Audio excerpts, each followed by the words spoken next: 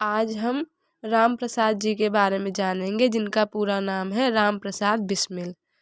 स्वतंत्रता सेनानी, कवि, अनुवादक, बहुभाषाविद। जब जब भारत के स्वाधीनता इतिहास में महान क्रांतिकारियों की बात होगी, तब तब भारत माँ के इस वीर सपूत का जिक्र भी होगा।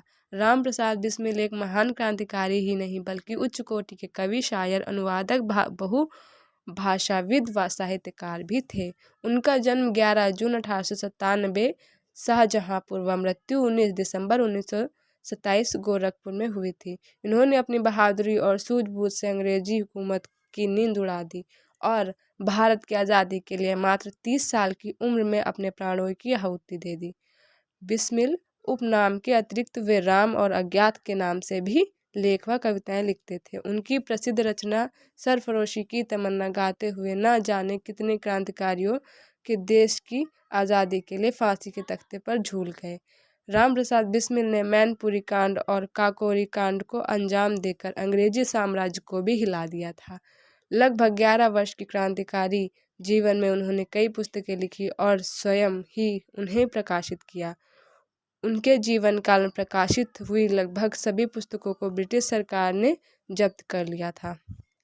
अब उनके प्रारंभिक जीवन के बारे में हम जान लेते हैं कि राम प्रसाद बिस्मिल का जन्म 11 जून 1897 को उत्तर प्रदेश के शाहजहांपुर जिले में हुआ था। उनके पिता का नाम मुरलीधर और माता का नाम मूलमती था।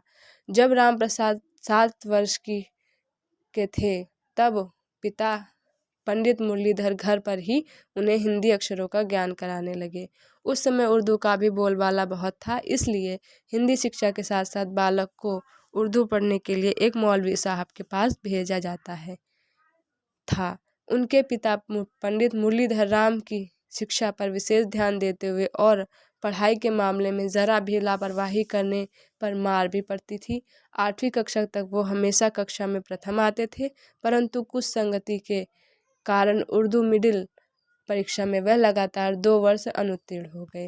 राम प्रसाद की इस अवनति से सभी को बहुत दुख हुआ और 2 बार एक ही परीक्षा में अनुत्तीर्ण होने पर उनका मन भी उर्दू की पढ़ाई से उठ गया। इसके बाद उन्होंने अंग्रेजी पढ़ने की इच्छा व्यक्त की। उनके पिता अंग्रेजी पढ़ाने के पक्ष में नहीं थे, पर राम प्रसाद की मां के कहने पर मान गए। 9वीं कक्षा में जाने के बाद राम प्रसाद आर्य समाज के संपर्क में आए और उसके बाद उनके जीवन की दशा ही बदल गई। आर्य समाज मंदिर शाहजहांपुर में वह स्वामी सोमदेव के संपर्क में आए। जब राम प्रसाद बिस्मिल 18 साल के थे, तब स्वाधीनता सेनानी परमानंद को ब्रिटिश सरकार ने गदर षड्यंत्र में शामिल होने के लिए फांसी की सज़ा सुनाई। यह खबर पढ़कर राम प्रसाद बहुत विचलित हुए और मेरा जन्म शीर्षक से एक कविता लिखी और उसे स्वामी सोमदेव को दिखाया। इस कविता में देश को अंग्रेजी हुकूमत से मुक्ति दिलाने की प्रतिबद्धता दिखाई दी।